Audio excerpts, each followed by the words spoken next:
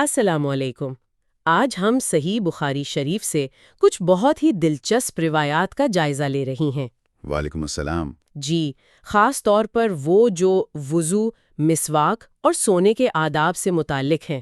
ہاں، یہ حدیث نمبر 181 سے 184 تک ہیں، کتاب الوضو کا حصہ۔ اور ہمارا مقصد یہ سمجھنا ہے کہ ان بظاہر چھوٹی روزمرہ کی باتوں میں کیا حکمت پوشیدہ ہے۔ بالکل، تو آئیے شروع کرتے ہیں پہلی روایت سے۔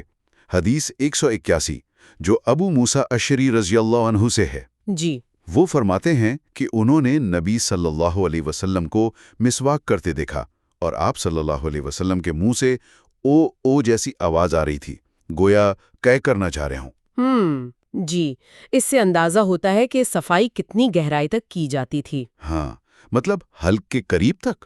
بالکل، یہ طہارت کی غیر معمولی اہمیت کو ظاہر کرتا ہے، اور یہ صرف آپ دیکھیں نماز سے پہلے کی بات نہیں ہے۔ اچھا، عام حالات میں بھی؟ جی ہاں، عام حالات میں بھی مسواک کی سنت ہے، البتہ یہ نقطہ اہم ہے کہ یہ عمل نرمی سے ہو تاکہ مسوڑوں وغیرہ کو کوئی نقصان نہ پہنچے۔ بالکل، یعنی صفائی بھی اور احتیاط بھی۔ یہ ایک طرح سے عمل میں کمال کا مظاہرہ ہے۔ صحیح، یعنی صفائی بھی ایک عبادت کی طرح پورے اہتمام سے۔ اچھا، اسی اہتمام سے جڑی ہوئی اگلی روایت ہے حدیث 182۔ جی، یہ حذیفہ رضی اللہ عنہ سے ہے کہ نبی صلی اللہ علیہ وسلم جب رات کو بیدار ہوتے تھے تو سب سے پہلے اپنے منہ کو مسواک سے صاف کرتے تھے۔ جی، نیند کے بعد منہ کی صفائی اور تازگی کے لیے یہ معمول تھا، چاہے تہجد کے لیے اٹھے یا کسی اور وجہ سے۔ ہاں، کسی بھی وجہ سے بیدار ہوں۔ یہ سنت ہمیں دن کے آغاز میں یا رات کے اس پہر میں بھی عبادت سے پہلے ایک پاکیزہ حالت میں لاتی ہے۔ اور صحت کے لحاظ سے بھی تو یہ بہت مفید ہے۔ یقیناً، وہ تو ہے ہی، لیکن اس کا ایک روحانی پہلو بھی ہے۔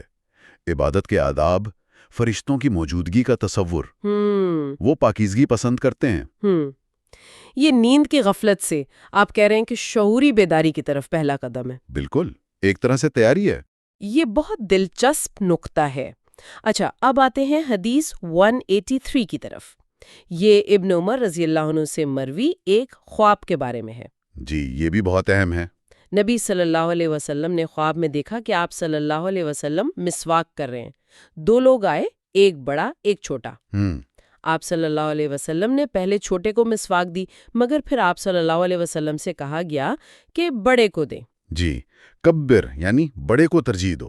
تو یہ تو بڑا واضح ادب سکھا رہا ہے نا۔ یقیناً، عمر یا مرتبے میں جو بڑا ہے اس کی تکریم اور ترجیح کا سبق۔ اور یہ اصول صرف مسواک دینے تک نہیں ہے۔ نہیں، بالکل، یہ تو زندگی کے ہر معاملے میں لاگو ہوتا ہوگا۔ جی بالکل، مجلس میں بات کرنے کا موقع ہو، کوئی چیز تقسیم کرنی ہو، ذمہ داری دینی ہو، یہ معاشرے میں ایک نظم اور باہمی احترام پیدا کرتا ہے۔ اور یہ بات بھی اہم ہے کہ یہ خواب کے ذریعے سکھایا جا رہا ہے۔ جی، کیونکہ انبیاء کے خواب بھی وحی کا ہی ایک درجہ رکھتے ہیں۔ یہ اللہ کی طرف سے سکھایا گیا ادب ہے۔ سبحان اللہ، یعنی خواب کے ذریعے بھی امت کی تربیت ہو رہی ہے۔ واہ۔ جی، اور آخری روایت جو آج ہم دیکھ رہے ہیں، حدیث 184 برائے بن عازب رضی اللہ عنہ سے، یہ سونے کے آداب بتاتی ہے۔ ہاں، یہ بہت جامع ہے، اس میں کئی چیزیں ہیں۔ جیسے نماز کی طرح وضو کرنا، دائیں کروٹ پر لیٹنا، جی، اور ایک خاص دعا پڑھنا جس میں اللہ کے حوالے خود کو کرنے کا ذکر ہے۔ بالکل، اسلمت نفسی الیک، میں نے اپنے آپ کو تیرے حوالے کیا۔ اور اس میں الفاظ کی درستگی پر بھی تو زور دیا گیا تھا، رسولک کی جگہ نبیک الذی ارسلت۔ جی ہاں، یہ بہت اہم نقطہ ہے۔ نبی صلی اللہ علیہ وسلم نے صحابی کو ٹوکا کہ رسول کی جگہ نبی کہو جو بھیجا گیا ہے۔ اس کی کیا حکمت ہو سکتی ہے؟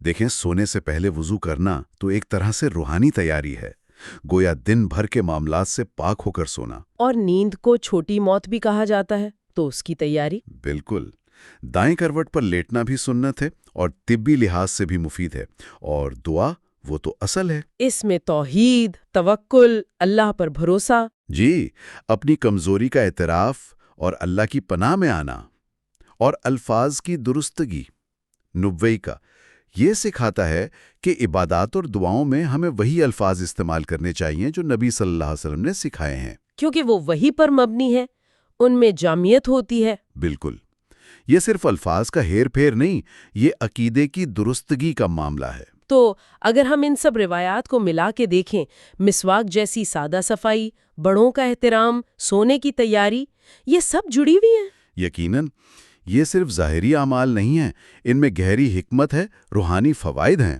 اسلام زندگی کے ہر پہلو کو کتنی خوبصورتی سے سمیٹتا ہے۔ جی، طہارت صرف جسم کی نہیں، روح کی بھی۔